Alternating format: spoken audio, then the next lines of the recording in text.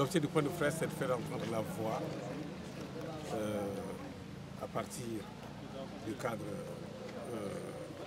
territorial ou alors local de Souy, la voix des populations de Souy qui vont vers les élections prochaines. Bon, pourquoi? Parce que les élections ont fait apparaître des manifestations, des crises entretenues qui, selon certains, devraient créer une vague déferlante à l'échelle de l'ensemble de la nation. Et au niveau de Souy, nous y vivons, et de la Casamance, nous vivons déjà un contexte de crise.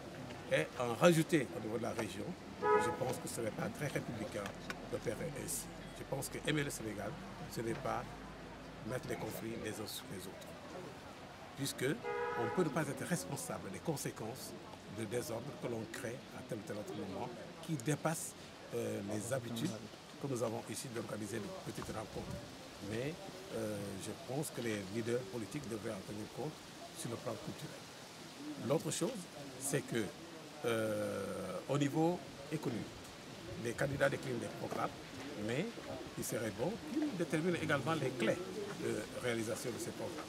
Et si on fait une relecture de ce qui s'est passé depuis l'an 2000, nous avons vu que le SOPI a été structurellement mis en œuvre pour que, selon le principe travailliste du Parti démocratique sénégalais, on puisse faire des réalisations comme on ne l'imaginait pas avant l'an 2000, tant au niveau de l'éducation, au niveau de la santé, au niveau des infrastructures, domaines qui étaient considérés précédemment, surtout par les bailleurs de fonds, comme non rentables, puisqu'ils ne génèrent pas immédiatement des fonds pour qu'on puisse rembourser les fonds qui sont versés par l'extérieur. Ce qui fait que ce que nous avons pu réaliser depuis l'an 2000 est une sorte de traduction du programme de Abdoulaye Wade décliné en termes de principes, de doctrine opératoire qui est celle du Parti démocratique sénégalais.